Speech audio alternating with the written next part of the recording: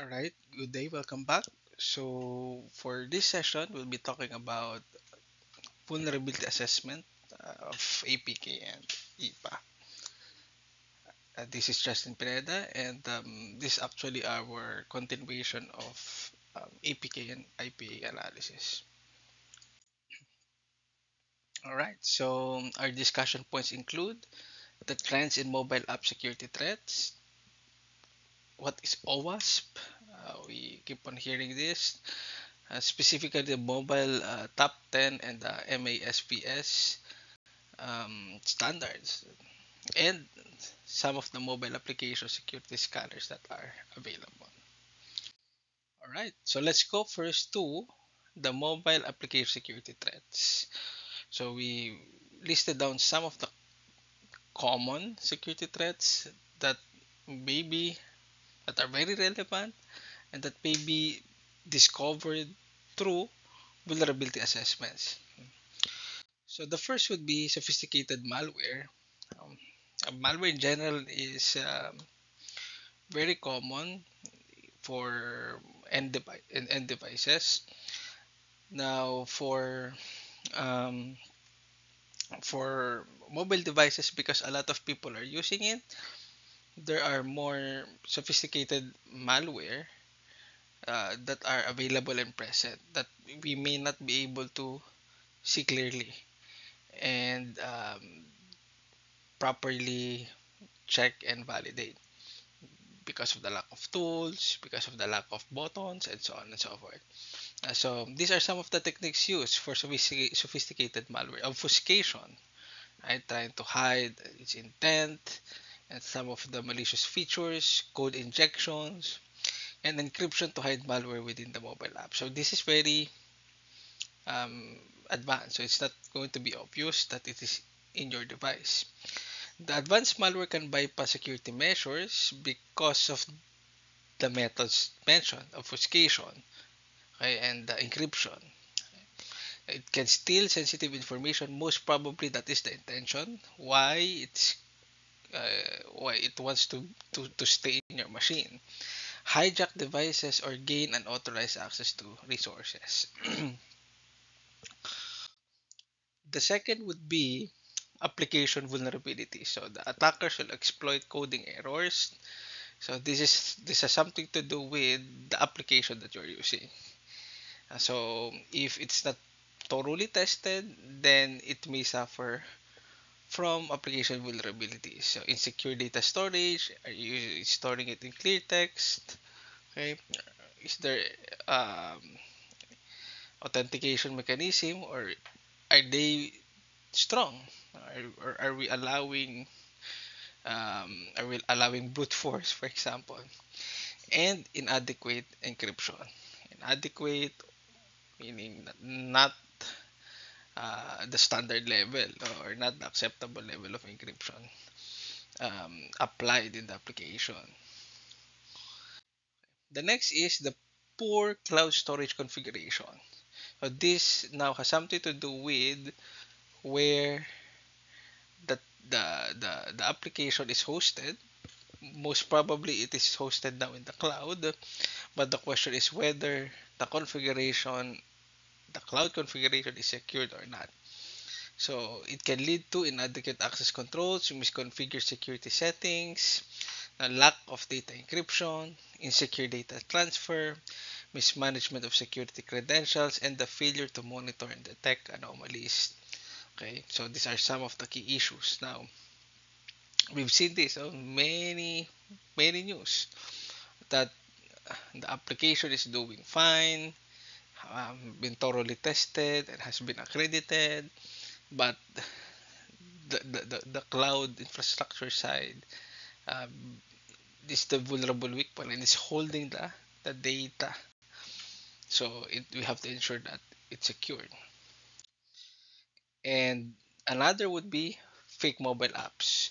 So this is also rampant. Fake mobile apps are real problem that can lead to malware distribution and all types of fraud and scams, financial fraud, theft of data, brand impersonation, user safety risks, and challenges for app store ecosystems. So um, again, Play Store and App Stores have mechanisms in place to check and validate the authenticity of the apps.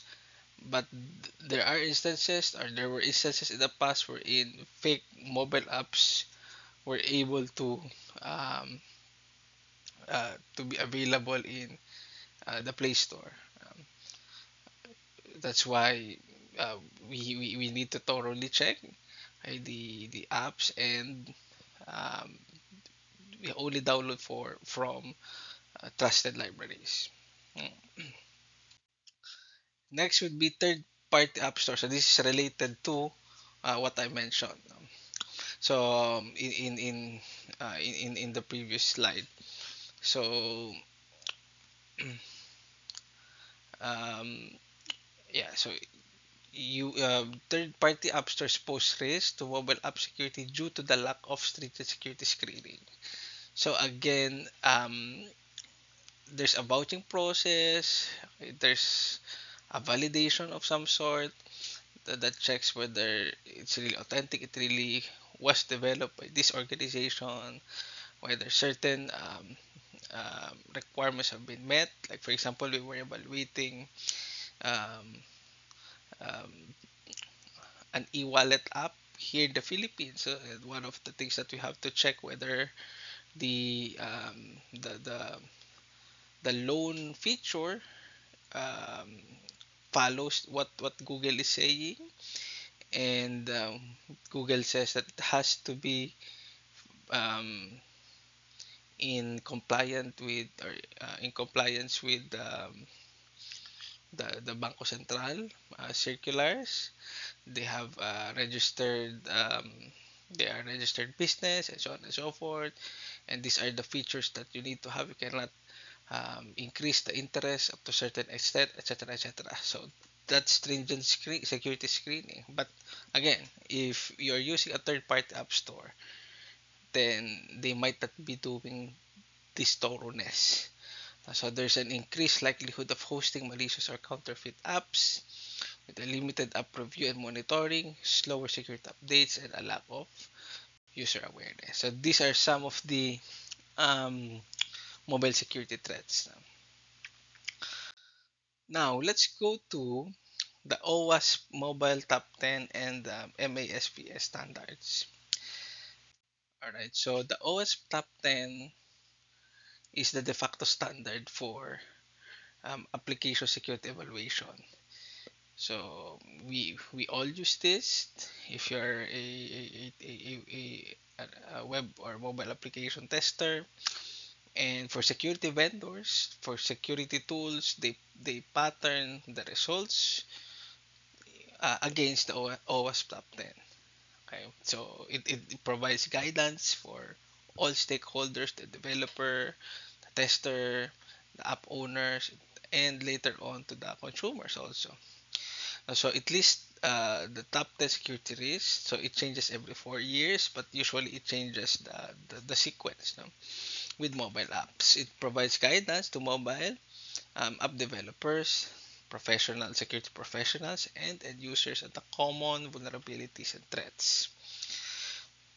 And then with this, the developers can create more secure mobile apps because, again, mobile developers are by default developers. So they put in functionalities that are needed by the customer and make sure that they're happy.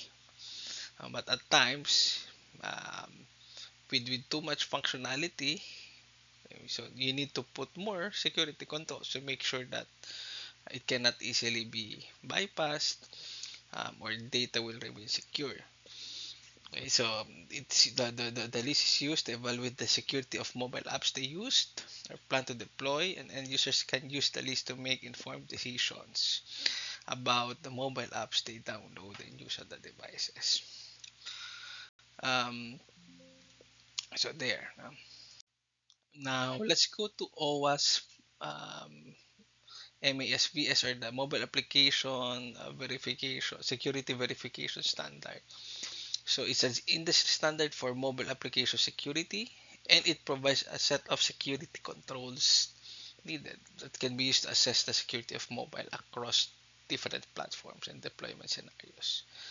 So what are the controls that being referred to in the MAS-VS? So it covers the key components such as um, storage, cryptography, authentication and authorization, network communication, interaction with the mobile platform, code quality, resilience against reverse engineering, and tampering. So this is very good because it provides you a checklist of what control should be present in the mobile app. So what are the common or the top OWASP risk areas? So you have the cryptography, um, of course, the whether we're meeting the right encryption standards, no? um, the application, when the data is in transit, when the data is collected or stored, and so on. Okay, so resilience requirements. So when um, potentially there may be availability issues, right, or simultaneous access for data targeting or testing data concurrency. So it has to be resilient and make sure that um, the data that is provided is still accurate and correct. And then you have your network's communication requirements. So you have, of course, where will it go? Are we um, hosting it in different sites, the servers, so that it can accommodate users from all over the world? And how exactly are we securing the data that is transmitted from point A to point B? So that's network communication. And last would be data storage and privacy requirements. Are we complying with different data privacy laws? In the Philippines, for example, we have RA 10173. Are we um, collecting only the information that we need? Are we disposing the data when not needed anymore? Are we checking the age of the users, right? And so on. So, for example, in PCI, are we making sure that no credit card number is stored in the database, and so on and so forth? So these are the common or the top OWASP risk areas. Now, for the insecure cloud storage, this is a very important emphasis because a lot of the mobile apps now are using the cloud for storing their data. Unfortunately, a lot of the breaches happen in the cloud infrastructure. So there are three types of cloud storage. You have your file storage, which is best choice for organizing the data in hierarchical folder and file format. And then you have your object storage, which is designed to handle unstructured data. And you have the block storage, which stores data in the form of blocks, making it an efficient choice for enterprise applications that utilize databases. So the example would be Google Cloud and Firebase. So when we say Google Cloud, so it's a general purpose cloud storage that can be used for any type of data. You store your image, store your files, even music, and even executable files. Right. While you have your Google Firebase here, which is again commonly used in mobile apps. It's a cloud storage service that is specifically designed for mobile and web applications, providing features such as real-time data synchronization, offline access, and user authentication. So both uh, both of these are, um, are storage types, okay, that um, are available in the cloud, and there is a required level of security configuration that must be set and observed to ensure that we are securing the data. All right, let's now go to mobile app security scanners for iOS and Android. So now that we know the different types of threats in the previous module, we will learn the structure of the APK and IPA.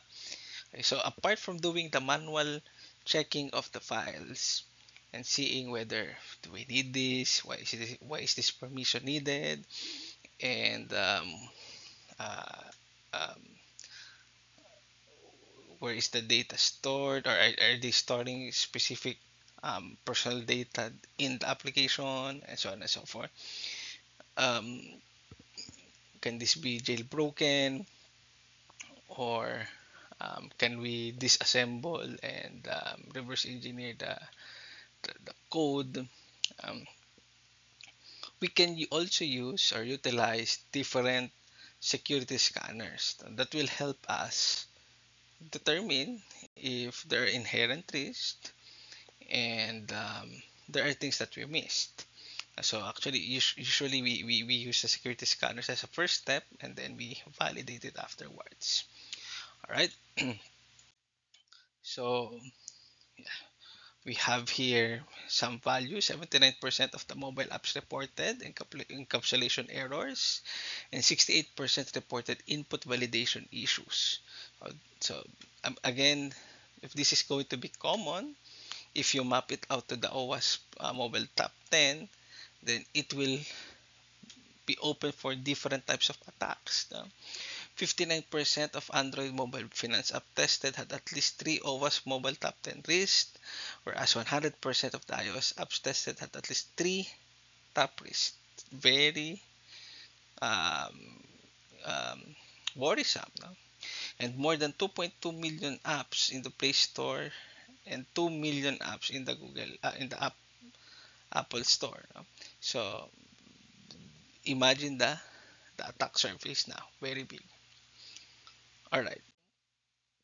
So let's go to some of the tools. So we used five. So the first one is Ostor Lab, which is the continuous mobile application security vulnerability scanner.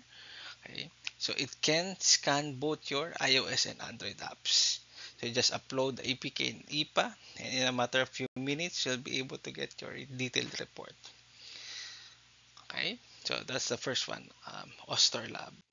The second is AppVigil, which is a cloud-based mobile app security vulnerability scan. So find the security threats in your mobile app and get a detailed report quickly. You can just upload the app to the AppVigil's cloud. Okay, and you don't have to install any application to run the scan. And it runs both dynamic and static analysis, including OWASP Mobile Top 10. Okay. The next would be Sandroid, which is for Android only, which also performs dynamic and static tests on the app. Okay, so it can handle a file size of 50 MB and can upload file as APK file or zip file. So this is specific for Android. And then you have your Quark. Again, this is for Android only. It's a free and efficient static analysis tool. So it helps identify numerous Android vulnerabilities in source code and package files tested on Python 2.7.13 and 3.6 OS X, Linux, and Windows, and requires a JRE 1.6 at least or 1.7 to run tests. And the last is ImmuniWeb. So it's a mobile app scanner, tests security vulnerabilities for both iOS or Android. So it tests iOS and Android app against OWASP Mobile Top 10. It can perform both static and dynamic tests and can provide you with a detailed report in a PDF format. So for further reading, these are some of the materials that you can use. So again, we listed some of the application security scanners. Up to you to choose. We're not promoting a specific brand or whether um, the more expensive ones are better than the other. So up to you to use. So you can use two or three to compare results, but at the end of the day, we must be able to interpret what the results are and check whether they are really findings or these are all false positives. No? And that's where human intervention and our analysis will come into play. So understanding the file structure, what the actual content should be, what um, security control should be in place would be helpful in interpreting the results of the app scanners. So at times, organization will end there after checking the results or the report of the vulnerability assessment. In some cases, and at times this is required by regulators and customers, that a full-blown vulnerability assessment and penetration testing should be conducted against the application. This means after I have identified the vulnerabilities, I need to be able to provide a proof of concept and see whether I can exploit these vulnerabilities that are listed. All right. So yeah, that sums up our module 5, which is the vulnerability assessment of our APK and IPA.